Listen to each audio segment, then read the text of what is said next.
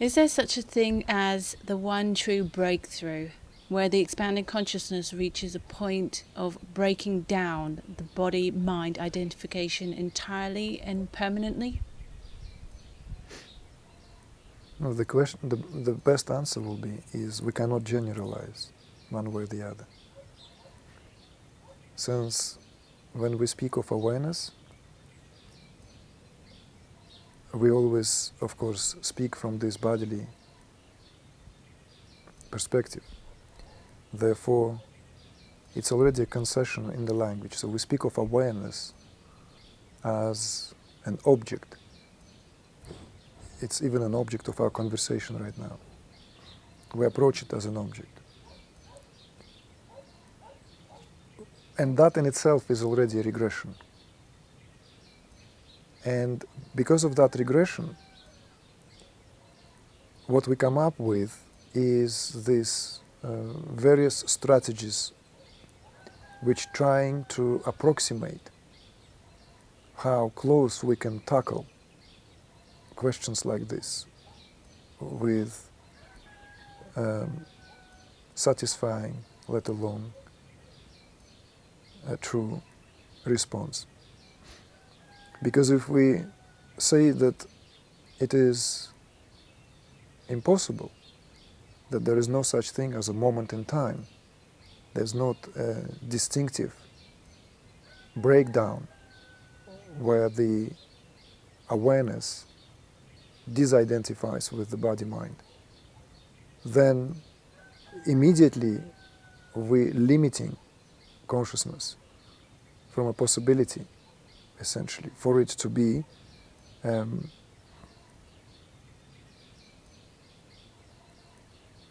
essentially an ongoing affair.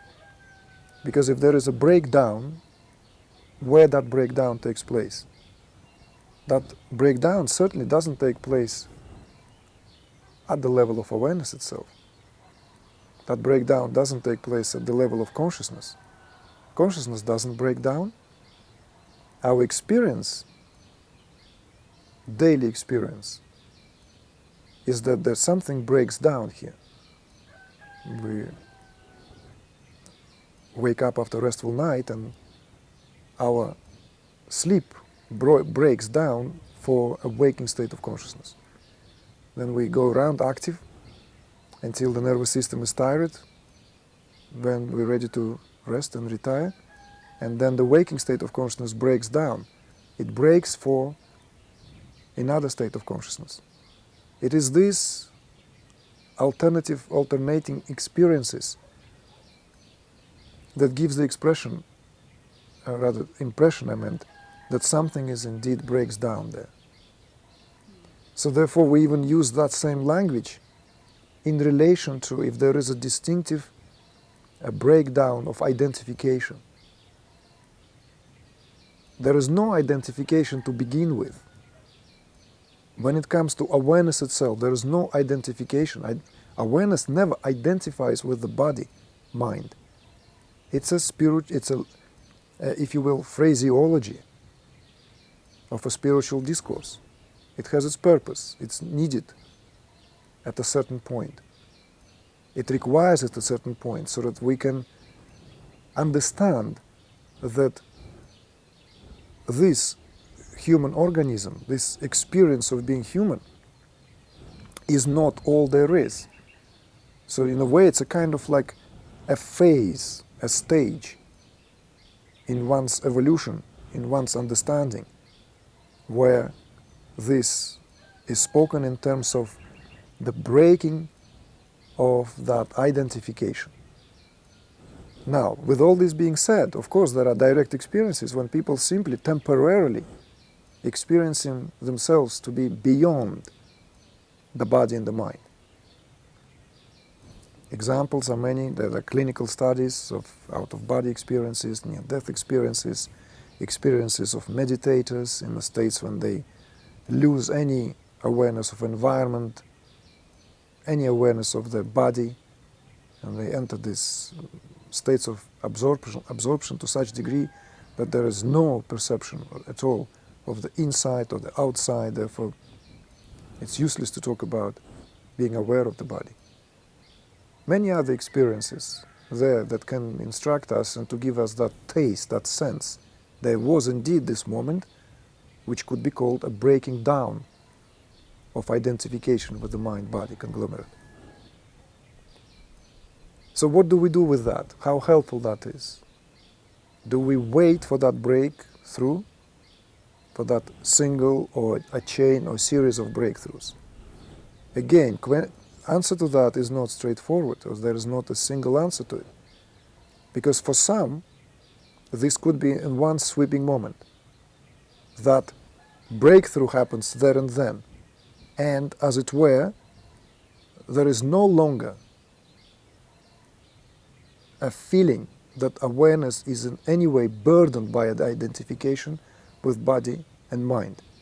One is still in the body, one still has thoughts, one still has the mind, but one, as it were, does not any longer under any influence of overriding phenomena that this presents, consciousness being in the body.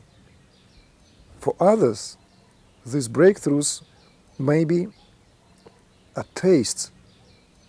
Some of these states more visceral, others kind of more gentler, and it may take time before this full understanding dawns, this understanding which seeps through and reaches the furthermost level, I would even say, of a cellular structure, where one, although still very much in the body, still in the possession of all the faculties, and yet there is not a single shadow of a doubt left, that one simply experiences this. One simply in the state of being, as being. And that, when that becomes on a more or less permanent basis, we could speak of that identification being transcended. I do not like to use the word now here, the breakdown, because it's not really a breakdown. The breakdown can be a singular event, usually a dramatic event, like in the cases of these clinical studies of out-of-body experiences and so forth. These kind of experiences are dramatic, and they are like, in a way, rendering the curtain and giving the insight into the awareness that is not, as it were, rendered or not eclipsed, overshadowed, or simply distracted temporarily by this human experience. For the genuine wanderer, for the genuine seeker of truth, for the genuine aspirant, for the genuine sadhaka, it is of more value to cultivate that through transcendence. Because in that case, it's not experienced as a singular event, a breakdown of identity, but rather the transcending the boundaries that body and mind represent at this phase, at this point of one's spiritual journey.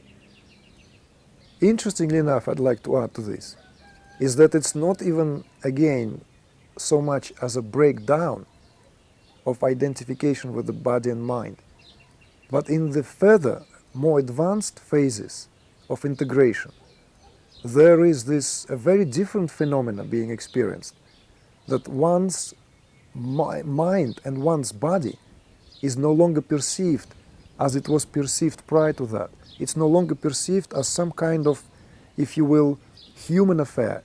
This is what is known in spiritual traditions as the divinization of the elements. Or you can relax that term, divinization. It's a purification. It's the phase of progressive refinement of perception where integration is accompanied by perceiving oneself not as a limited body, but perceiving oneself as the universe, literally, in this body. And that subtle tension between the inner and the outer remains there still as a membrane that gives one visceral experience that I am still here and you are still there. But it is experienced in an indescribable sense of all-inclusiveness, when everything is being experienced as part of oneself. In other words, the body is no longer limited by the parameters of my skin. The body is no longer perceived by the parameters of your skin. You can't even maybe put your finger on it. You do not know where you end and where you begin. And although if somebody touches your hand, of course you will know that your hand is being touched. It's not losing the parameters of this autonomous experience, of that so-called autonomous experience. But even then, it's not experienced as a breakdown of identity with the body. You went through that process already, completely onto the other side of that experience. And the return is being made when that experience is of that transcendence of the boundaries. Once the boundaries are transcended, your body becomes infinite. And it is directly experienced. It is directly experienced first and furthermost in meditations. And many of you already have that experience. You just need to further refine the sense of that perception when it begins to be experienced in a daily life, in a waking state of consciousness. And so does that become permanence?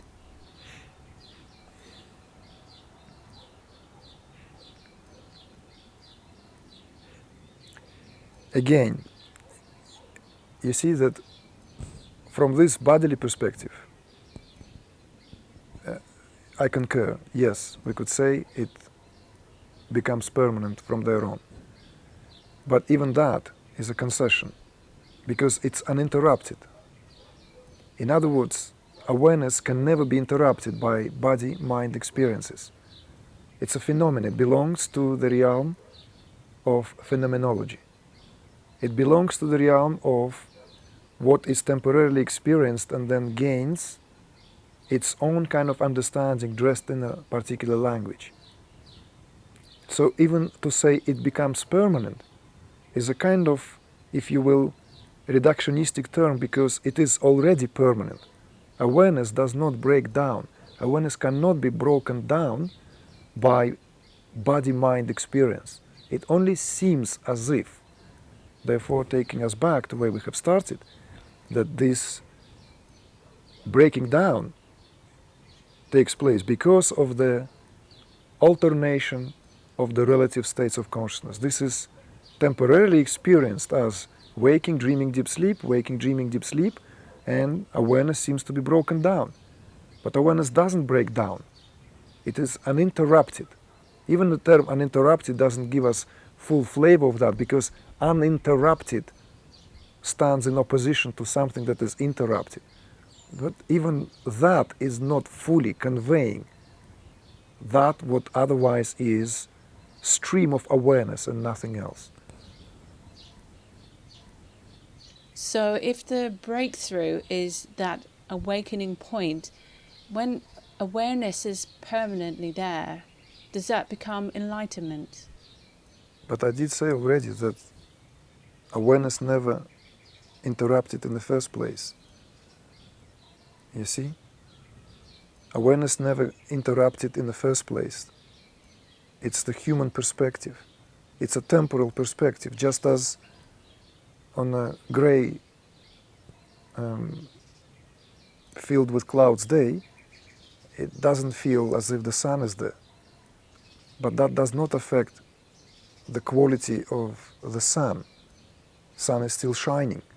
In the same way, awareness is shining, irrespective of what weather temporarily is being experienced down here. Below the clouds, there is, we could say, a rainy day. But above the clouds, there is a sunshine, eternal sunshine. So it's a matter of perspective again. But nothing happens to that sunshine, nothing happens to that light of awareness. The luminosity of awareness is not perturbed. What temporarily is being experienced at any given moment in time. And moreover, that light is not interrupted. In fact, that light illumines everything. Even the sense of that identity would not be there unless it is illumined by something. Even that sense, what is commonly spoken of as ignorance, that in itself is illumined. The thought itself that I'm ignorant, the thought itself that I'm not aware, that I'm not fully aware, is illumined by nothing other than luminosity of your own self.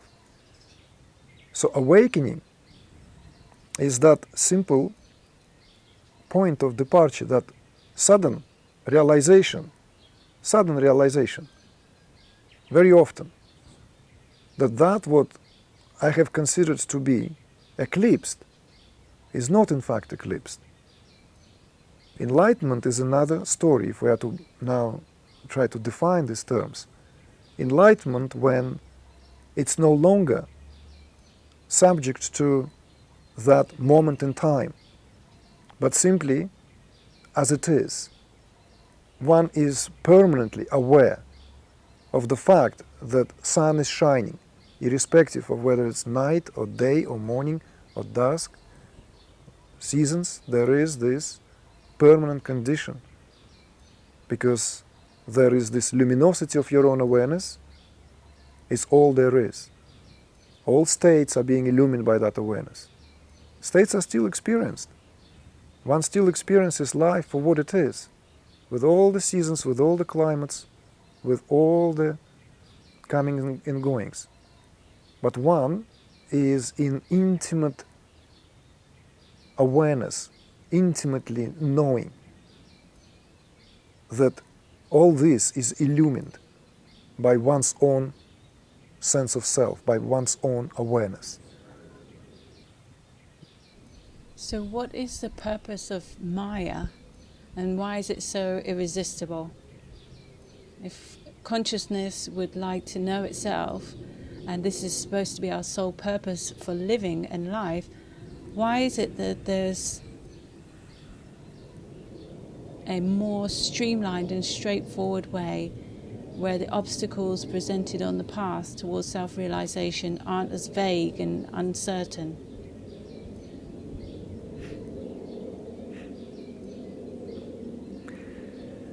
The perspectives on Maya differ.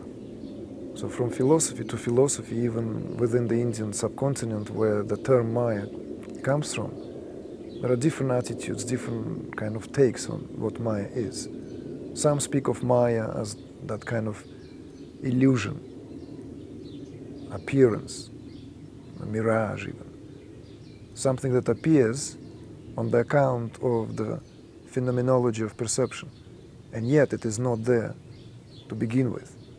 There is a perspective on Maya as something which essentially not what it seems. So in other words, it's less spoken of in terms of appearance, but more in terms of the perplexing nature of that, what we call this phenomenal reality. There are many perspectives. There are perspectives even on Maya as nothing other than awareness in its dynamic aspect. So this Maya would, at some point, maybe we hear that to be seen through, to be dismissed, is perceived as nothing other than my own awareness, nothing other than your own awareness in its dynamic aspect, in its dynamic phase, in its dynamic expression. So from these perspectives, and this is chiefly Tantric perspective, the phenomenal reality is not dismissed, but worshipped, celebrated, embraced, glorified. So why is it not straightforward why cannot one have a more streamlined way of realizing that one is one's own self, is that because this reality is not standing in opposition to that what we speak in terms of spiritual discourse as our innermost reality. This what illumines everything within, that what is the innermost sense of self, that what is spoken of as one and the only truth, expressed itself through the myriad of form and phenomena as this world we experience as outer world. And this inner world and the outer world, they are not two different worlds standing in opposition to each other, although this is very much our experience on the plane of this dual reality, where this polarized nature of even our brains, polarized nature of perception, instruct us in such degree that we begin to speak in these terms as inner and the outer. So this understanding that the inner and the outer, the self and the world, do not exist independently from each other.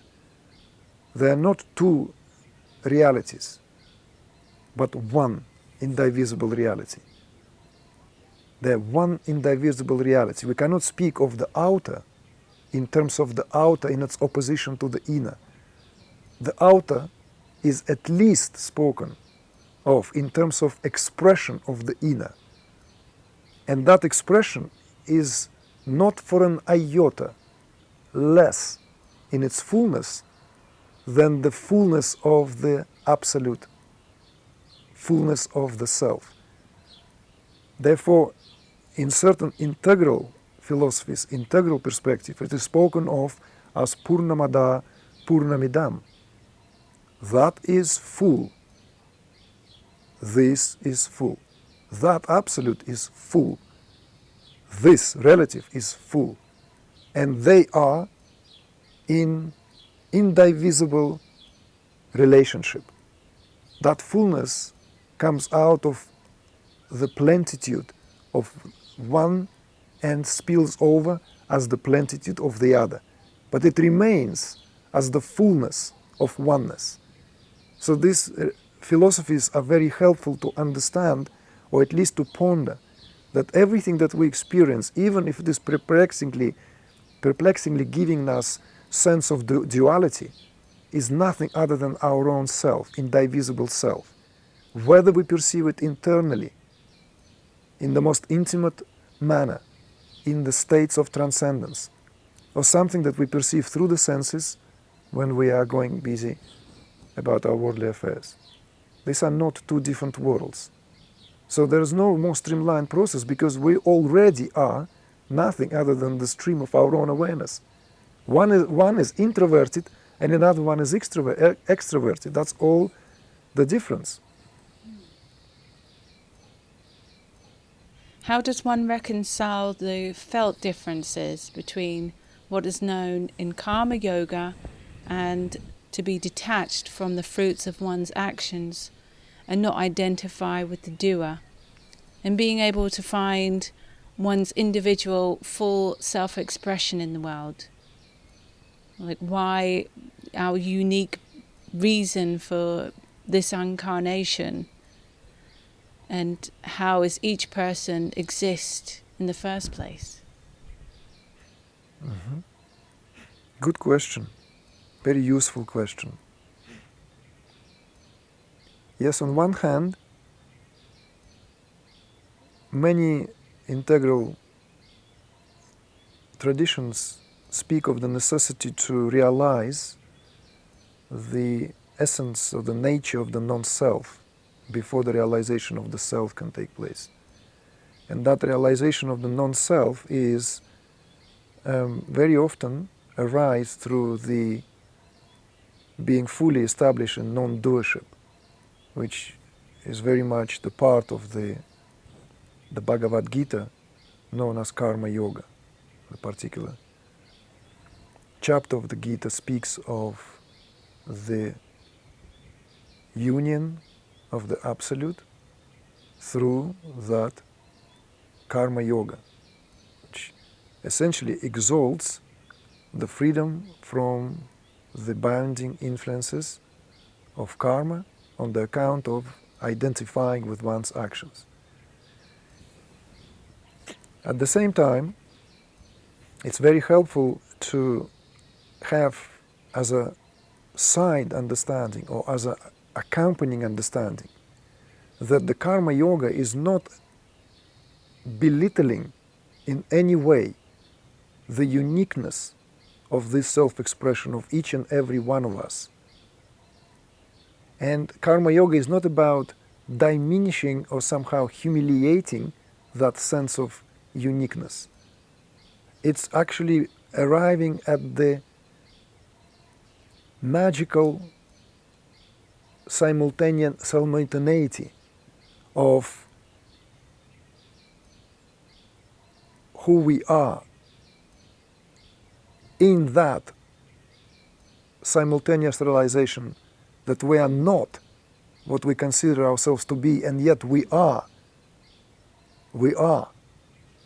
And that uniqueness is then appreciated or found its appreciation not through that contracting energy of the sense of self in relation to the living organism and the build-up story, but on the account of the uniqueness of the self-expression from the capital S. The self-expression expresses itself, the self expresses itself through infinitude of forms and phenomena, and without any changes, without any division. So in other words, it's this simultaneous realization of utter totality of our being, wholeness and wholesomeness of our being, while in the unique form. And that unique form not for a moment usurps or somehow undermines that fullness. And that's what is the magic of being alive as a human being. This is where the uniqueness of human experience is so wonderfully spoken of by so many traditions, integral traditions, above all else. You see? So the understanding of how to reconcile that seeming paradox between what karma yoga necessitates, what karma yoga unfolds from as a teaching, right? Where we are asked to give up the authorship of our actions, to give up this kind of tight reins of control over this sense of doership, whilst at the same time still savoring the uniqueness of our being. There's no contradiction whatsoever.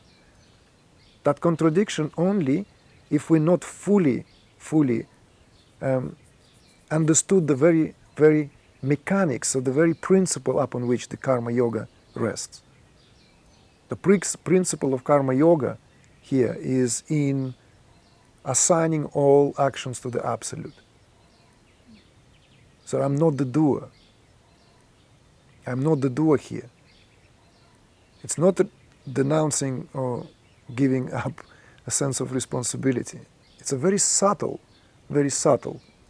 relaxation of that inner tension, that membrane of tightness, so that it can unfold and unleash this tremendous reservoir of life force, which can then expand and give our awareness that sense of expansion, expansiveness. Just like speaking in plain language, in the so-called not necessarily elaborate spiritual language, but just a basic everyday language, when we selfish, we suffer from it. When our actions are selfish, we feel contracted. It doesn't even feel right on a biological level. There's something painful about that. We feel like as if we're doing that out of necessity, but as soon as we open up and let go, it's like you observe kids, you don't want to share it, and then the moment you realize this, well, actually I can share that toy, I can share that sandwich, I can share that experience, and suddenly in sharing that experience, there's more joy, more light, more love, more flow. In the same way, and for the same reason, karma yoga has been understood as a prerequisite because it opens up that field of energy which floods our awareness or expands our awareness with that sense which otherwise subject to this contraction of the doer. I've done this, I haven't done that, I'm responsible for this, I'm not responsible for that, this is mine, this is not mine, I've achieved this, I yet to achieve that. It's constant dialogue, it's very tiring, very, very, very exhausting in fact. So this is why karma yoga is spoken in terms of as a prerequisite, as a necessary stepping stone. But it does not negate the sense of the uniqueness of this individual expression, because individuality is willingly offered into the essence of our self, of essence of who we are. Our individuality is offered, and therefore that individuality, when it is offered, then is experienced even to a greater degree, incomparably greater degree. In fact, we could even say that a true uniqueness of who we are cannot be savored unless that individuality is fully acknowledged for what it is, fully acknowledged for what this individuality is. It's never been anything other than the self in its infinitude of expressions. That's what it means to see oneself in the other and to see the other in oneself. It is a very healthy point of reference. Of course, it cannot be imposed. It has to be gradually become one's own reality, becomes one's own experience, because that's what it is. And other than that, there are no discrepancy and absolutely no either or. It is not the uniqueness that is sacrificed. It's only the sense of pseudo-self that is sacrificed. The karma yoga is not foregoing one's uniqueness, foregoing one's talents. If this somehow took understanding, that we need to adjust, correct that understanding. Every individual expression is divine. Every individual expression is unique, and it is unique and precious precisely for the reasons we speak of now, because this is not mine or yours. It is the expression of the self. You and I are the expression of oneness in multitude, infinitude of forms and phenomena. And oneness has no limits in the way it expresses itself. There are no limitations. And that uniqueness is not a limitation upon that sense of oneness either. So I hope this clarifies any misunderstanding that there may be between the sense of non-doership and one's sense of being unique expression of the Absolute. I've heard many spiritual teachers speaking about the necessity not to identify with the body, mind and senses, and to withdraw attention back to the self. And there's also an equally significant instruction to not throw anything aside that shows up in life, and to meet every experience that arises with as much awareness as possible. Is there a way to resolve this paradox? Well, the paradox is only of a surface value there, really.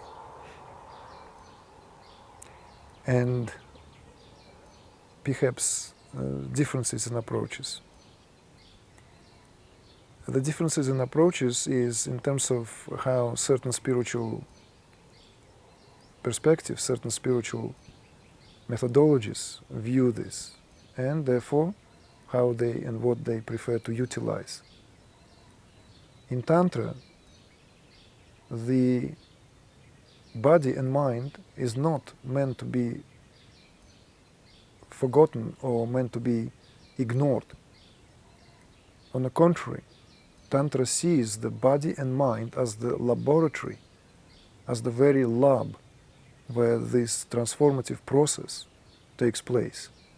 Therefore, one is advised to pay very close attention to the qualities of one's experiences, but not to the surface level of affairs. It's not reveling in one's thoughts. It's not reveling in one's emotions. It's not getting arrested by one's feelings, but being able to, with some practice and discipline, to tap beneath the surface layer of any experience. Because beneath the surface layer of any experience, there is a point where one can connect to one's awareness in a direct manner. And at the same time, this belongs to the Tantric psychology, because this work, as it were, the work goes on two levels simultaneously. Because in doing so, one becomes one's own, essentially, psychologist, one's own therapist and one's own healer. Tantric path is very much very much emphasizes, in fact, everything that takes place on the level of the body. Everything. From gross to subtle to causal, everything is taken into the account. Not a feeling is discarded, not an emotion is discarded, but there is always an invitation to go beneath the feeling, beneath the thought. Not to begin to analyze why this thought came to me and why am I thinking this thought, but rather the quality of that thought, energetic quality of that thought. Not the very, very surface level of affair of a feeling that is rising or emotion, but how and what quality it has in terms of its energetic content. This is where the work is. And from that perspective, one cannot forego this human experience. Contrary to that, the very human experience of what is spoken of as human experience becomes the doorway, becomes the breaking point where one can connect or reconnect to the field of one's being in the systematic way, where this relationship essentially, when this connection is then restored to a place where the beingness is not overshadowed by experience, that what we are is not overshadowed by the experience, by any experience, be it mental, emotional, psychological in nature. So, this is the perspective. One can, of course, follow other instructions and other perspectives where one is advised to do the process of deduction, where one is constantly disidentifying with one's experiences, with one's emotions, and there's a whole procedure. The whole procedure how one peels the layers. But Tantra is not a process of deduction.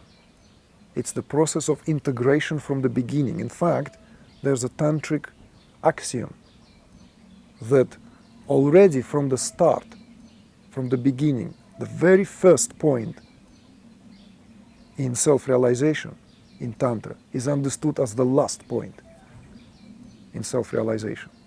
The stand is already taken. It's all-embracing path. It's the path which embraces everything and leaves nothing that is not myself. That's the perspective, that's the attitude. Therefore, Shiva Sutra declares, nothing exists that is not Shiva. Shiva is that what stands as awareness here. Nothing exists other than awareness. Everything that is experienced in a phenomenological or on a phenomenological level is nothing other than awareness. So how can that be forgone and how that can be diminished? But one to need to have a certain methodology and certain instruction so one doesn't get caught in a whirlpool of a surface level of affairs. Wonderful. Thank you, Igor. You're welcome. It was great joy.